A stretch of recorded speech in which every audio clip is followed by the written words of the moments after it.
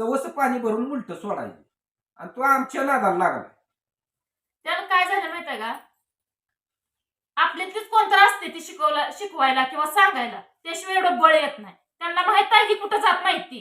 असं केलं की बरोबर येईल. की ते बी असू द्या, जी मध्ये असेल का नाही त्याचं देखील उद्या नाव येणार आहे, ती नाव घेणार आहे. ते खसायला लागलाय मला हेनं करायला लावलं म्हणून ती त्याचं स्पष्ट नाव सांगणार आहे.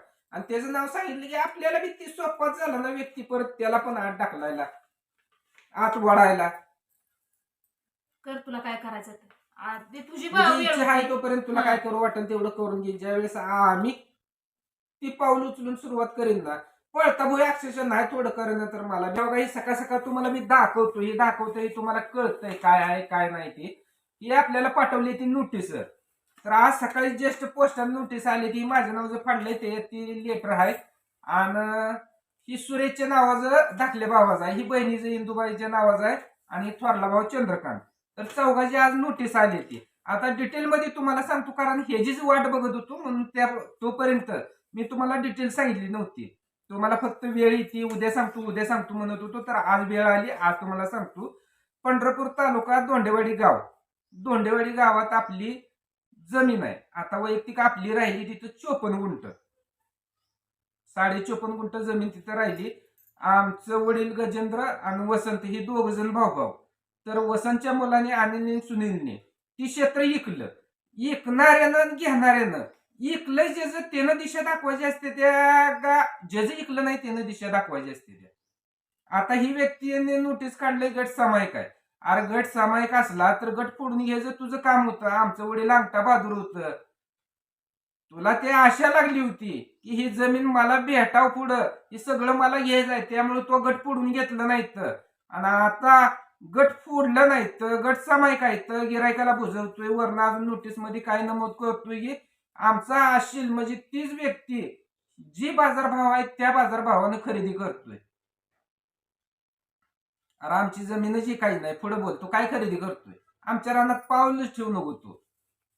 आणि तू जशी नोटीस काढली ती अशी आम्ही कोर्टामार्फत काय असेल ते आता प्रोसिजर तुझी चालू केली. तुला बी दिवसा कशा चांगल्या दाखवायचे ते दाखवतो. तर आता त्या नोटीस मध्ये काय काय त्यानं नमूद केलं ही तुम्हाला ती वाचून सांगेल. सांग काय काय आहे ते. ॲडव्होकेट सोनाली नवनाथ देते, म्हणजे ह्या वकिलाकडून ह्याने मार्फत काढले. तर धोंडवाडीत असणारी जमीन, त्यात बागायत क्षेत्र, आकार, चतुर्सीमा ती दाखवले, त्या गट नंबर काय असेल ते. आणि कसं माहिती आहे का, जी अनिल वसंत कोळी, सुनील वसंत कोळी व गजेंद्र लक्ष्मण कोळी या तिघांची सामायिक मालकीची वहिवाटाची आहे. तुम्हा पैकी नंबर 1 ते 4 वडील गजेंद्र कोळी होय. गजेंद्र लक्ष्मण कोळी मयत असून तुम्हापैकी नंबर 1, 2, 3 व 4 हे गजेंद्र लक्ष्मण कोळी यांची मुले आहेत. तुम्हापैकी 2 ही मयत गजेंद्र लक्ष्मण कोळी यांची विवाहित मुलगी आहे. वर नमूद केलेल्या जमिनीपैकी अनिल वसंत कोळी व सुनील वसंत कोळी यांचा सामायिकातील एक अर्धा 1.2 हिस्सा होता व तुम्ही 1 ते 4 चे सामायिक 1 ते 2 हिस्सा आहे. 1.2 मध्ये आम्ही चौघांनी, 1.2 मध्ये ती दोघ जण होती चुलत भाऊ. त्यांनी त्यांचा हिस्सा ऐकला. आमचा हिस्सा तसा राहिला. आम्ही एकूण जे काय रेट येईल त्या पद्धतीत आम्हाला एक वाटलं इकेल, नाही तर तसं टीव्ही नाही कुणाला देईल. तुला काय घेणं देणं. त्यानं अशा नोटीस काढल्या त्या ना, तर ती बाकीचं राहू दे वाच. हे लाचच्या पानावर त्यानं काय नमूद केलंय. ठीक आहे. या नोटिसाने तुम्हास कळवणे भाग पडित आहे की वरील जमिनीचे सरस निरस मानाने वाटप झाल्याशिवाय वरील जमिनीतील सामायिकातील 1.2 हिस्सा इतर कोणालाही विक्री करू नये. विक्री करावयाची असल्यास आमच्या अशिलासी अग्रहक्काने सदर जमीन खरेदी करण्याचा अग्रहक्क आहे. या उलट तुम्ही सदर जमिनीतील तुमचा सामायिकातील 1.2 हिस्सा इतर कोणासही विक्री केल्यास व खरेदी केल्यास सदर जमिनीतील काहीही मालकी हक्क व हितसंबंध प्राप्त होणार नाहीत. प्रत ठेवून ही नोटीस तुम्हास रजिस्टर पोस्टाने पाठवली आहे. तर आता मला सांगा, आमची जमीन, मला एक सांगा तुम्ही, आमची जमीन आहे त्याचा घ्यायचा आग्रह आहे. गटातल्या अशा कुठल्या कायद्यात तरतूद आहे उल्लंघन करत नाही. तरतूद कुठल्या कायद्यात आहे की गट न कुठल्या शेवट शेती विकता येत नाही. एखाद्या गटात आता 3 जण असू द्या, ते 3पैकी एकाला त्रास होतोय म्हणून इकायचे, मग न गट फोडता न त्यांची संमती घेता हेनं आज क्षेत्र घेतलं, तसा विकण्याचा अधिकार आम्हाला पण आहे. मग हेनं नोटीस आम्हाला काढली कशा पण.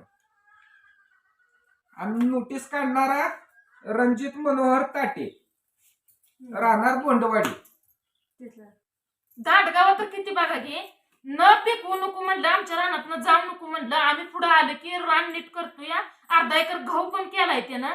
करू नको म्हणलं तर मुद्दाम करतोय. त्रास द्यायचा किती असतो माणसाला. आम्ही कुठं गप बसतोय, वाढत गेलं म्हणजे वाढत जातोय मनुष्यना, पण ते काय शांत राहायचं नाव घेणार. असं नव असं आम्हाला त्रास द्यायचा त्यानं चालू केलाय. आम्ही कुठपर्यंत आता गप बसायचंय. म्हणजे त्याचा ज्या रानात जी ऊस होता ती पण आमच्याच रानातनं काढलाय का ना. ऊस त्यानं आमच्याच रानात नेला आणि ऊस निघोस तर त्याचा गोड बोलला, गप्प बसला. आणि ऊस ज्या दिवशी गेला त्या रानात ती रुटरून मका पेरली, मका आता उगवायला लागली, ज्येष्ठ उगवायला लागली. आणि नंतर परत नोटीस काढली ती. मग ते अगोदर जर त्याने नोटीस काढलं त्याचा ऊस जाऊ दिला नसता. बरं त्याला आता ऊस गेला ती गेला. तू काय एका लुगड्यानं म्हातारा होत नसतं. म्हातारा तुला काय करायची तुझी इच्छा आहे ना करून घे. न गट पुढता न तुला रान देता आम्हाला इकू वाटली, आमच्या इच्छेनं आम्ही दुसऱ्याला कोणाला पण देत, पण तुला शेत देणार नाही. अहो पण इकायचं नाही, इकायचं आपण मालक आहे ना त्याचं, नाही, पण ठेवायची आता नाही. त्याला द्यायचंच नाही आणि इकू वाटलं तर आम्ही दुसऱ्याला इकू, पण त्याला देणार नाही. स्पष्ट आमचं मत आहे. तुला काय करायचं असेल ते तू करून घे. तुझं दहाडीच तर कसलं रे. आणि तिथलं तू आमच्या रानात मका पेरलेले आमच्याकडे व्हिडिओ आहेत, आता गहू टाकलेला व्हिडिओ आहे. आम्ही कायदेशीर जे आम्हाला जुळतंय, जे करता येतंय तेवढं तुझ्यावर करणार. तू असल्या पोकळ नोटीस काढून आम्हाला काय त्याचा फायदा नाही, पण आम्ही भरीव तुला आता करून दाखवू. त्याचं एकच म्हणणं आहे, हो फुकट पासरी आपण त्याच्या नावावर करायचं. असं भ्या घातलं की आपलं येऊन शिना की सया करतेली आणि जे काय आमचं रान आहे ती रान त्याच्या ताब्यात जाय. म्हणजे ही काय करायला लागलाय, आपल्याला धमकीत घ्यायला लागलाय. धमकी देऊन दिल्यासारखं झालं आता ही धमकी. नोटीस पाठवली हा, त्यातच झालं ही. म्हणजे किती हे असल्या धमकीला कोण भेट नाही. काय माणसं आजकाल निघाली ती. दुसऱ्याचं इसकावून कसं खायचं कसं नाही त्यांना चांगलं येतं या, कारण की मुरलेली येते त्यात दुसऱ्याचं खायला सोडलेली येते. म्हणजे माझ्या तर म्हणण्यानुसार यांच्या वाडवडिलांनी आजोबांनी पंजोबांनी अशी लोकांची लुबाडून यांनी घरन शेत घेतली का कुणाच ठाऊक. लोकांना असं गळ दाबून मारून पण एखादा कुणाचा तर आशीर्वाद तुम्हाला चांगला लागल काय की तुम्हाला त्याची आठव चांगली होईल. प्रत्येक जण असं ग बसता असं नाही. आतापर्यंत तुम्ही कोणाला लोबाडले असतील ती तुम्हाला माहिती आहे, पण आमचं तुम्हाला आम्ही बळकावू देणार नाही किंवा फुकट असं घेऊ देणार नाही. तर बहिणीनं इथं आहे 3 एकर रान, तर प्रत्येकाला 1 एकर आले. जुतीला एकर आहे, आम्हाला एकर आहे, ठरलेले एकर आहे. आणि राहण्यासाठी आम्ही त्या 3 एकरातलं इथं 10 ते 15 गुंठ पडात ठेवलेला आहे. मग तुम्हीच सांगा, आता धोंडवाडीत तर तेवढे चिमणीत 4 नाव आहे ती. मग तेवढं रान किती येते, 10 गुंठ येते तिथं. 12 13 गुंठ तेवढं 12 गुंठ कसं पिकवायचं आणि काय करायचं, कुणाचाच कुठं मेळ लागत नाही. मग ह्यांचं काय नियोजन होतं, तिथलं जरी समजा गेलं विकलं आपण, तर आपल्या ह्या शेतीला चांगलं पाणी भरवशी करून शिरा आपली हिथली शेती बागायत चांगली करायची, हे असं नियोजन होतं. पण ते माणसानं काय केलं, विश्वासात घेतलं आम्हाला, चांगलं गोड बोलला. आम्ही पण काय त्याला वाईट बोललो नव्हतो की बाबा असं असं जर त्यानं जरी चुकीचं केलंय. ईशेच्या लगत आहे भला आपण तिथं ती स्पष्ट म्हणला आमच्या अनाथ माती काढू नका. मग ज्या वेळेस आपण ती एकायचं म्हणून क्रिया चालू केली, गिरायकी शेतातनं फिरायला लागली, मग ती म्हणला माझ्या अनाथ माती काढून जे तुमचा रेट ठरल ते मी देतो हे करतो. मग आता झालं थोडक्यात व्यवहार जुळला होता आणि व्यवहार जुळून ह्या माणसानं परत शेण खाल्लंय. असं म्हणजे याला किती गोड लागलं खायला. दुसरं गिरायक आलेलं त्या गिरायकाचं संघ म्हणजे हे करू नका, बैठक करू रानात नका. गिराईक गेलं की त्या गिरायकाला म्हणतो ह्या रानाला शेताला ह्या रस्ता नाही, तुम्ही गिराईक घेऊ नका, हे सगळं माझ्या मालकी येतील. ह्याच्या का बाण ह्याला खरेदी करून दिलं होतं का ह्याच्या आजा पंजाने दिलं होतं. आज आमची ताकद आहे ती जे आमचा सत्वा घेतलाय ते आम्हाला घेतलेलं तेवढ्या रकमेत मागात दे. आणि मेन आता नियमानं धाकला पहिला हिस्सा उचलतो. आमचं वडील धाकलं होतं. आज जे चुलत्यानं त्याला क्षेत्र ऐकलेलं आहे त्याच्या आशे वाटण्या केल्या त्यानं खाल्ल्या इशात हिर पाडली. जर आज आम्ही असं हिस्सा उचललं तर त्याचं काय वाटलं होतं. ती विचारच करणार ना, ती फक्त रोज धमक्या फोनवर बोलणं, तुम्ही असं केलं तर पुढे मी असं करीन. तू काय करत नाही, तुझं काय चालत नाही. पुरावा सगळा आमच्याकडे आहे.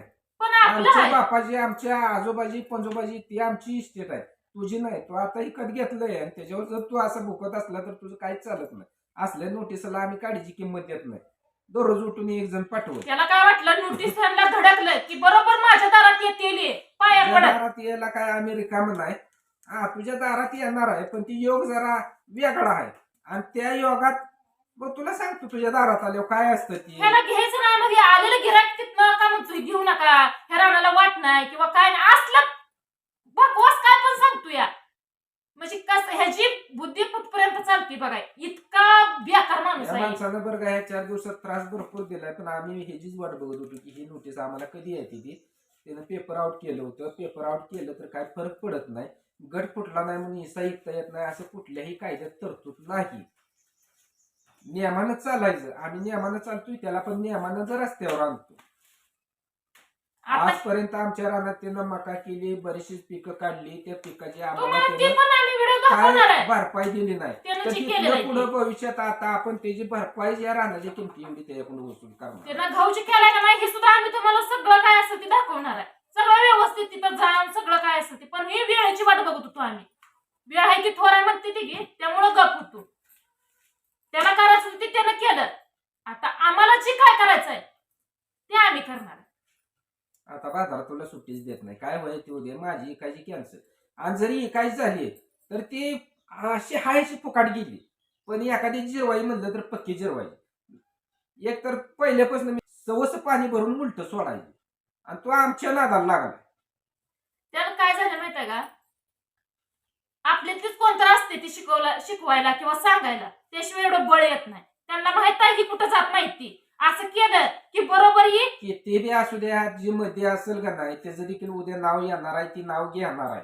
ते खसायला लागलाय मला हेनं करायला लावलं म्हणून ती त्याचं स्पष्ट नाव सांगणार आहे. आणि त्याचं नाव सांगितलं की आपल्याला बी ती सोपाच झाला ना व्यक्ती, परत त्याला पण आत ढकलायला, आत वडायला. कर तुला काय करायचं ते. आधी तुझी म्हणजे वेळ इच्छा आहे होती. तोपर्यंत तुला काय करू वाटेल तेवढं करून घे. ज्यावेळेस आम्ही ती पाऊल उचलून सुरुवात करेन ना, पळता भोय अक्षरशः नाही थोडं करेन तर मला बी माझ्या बापानं आईनेच जन्म दिला. तुला स्पष्ट सांगतो.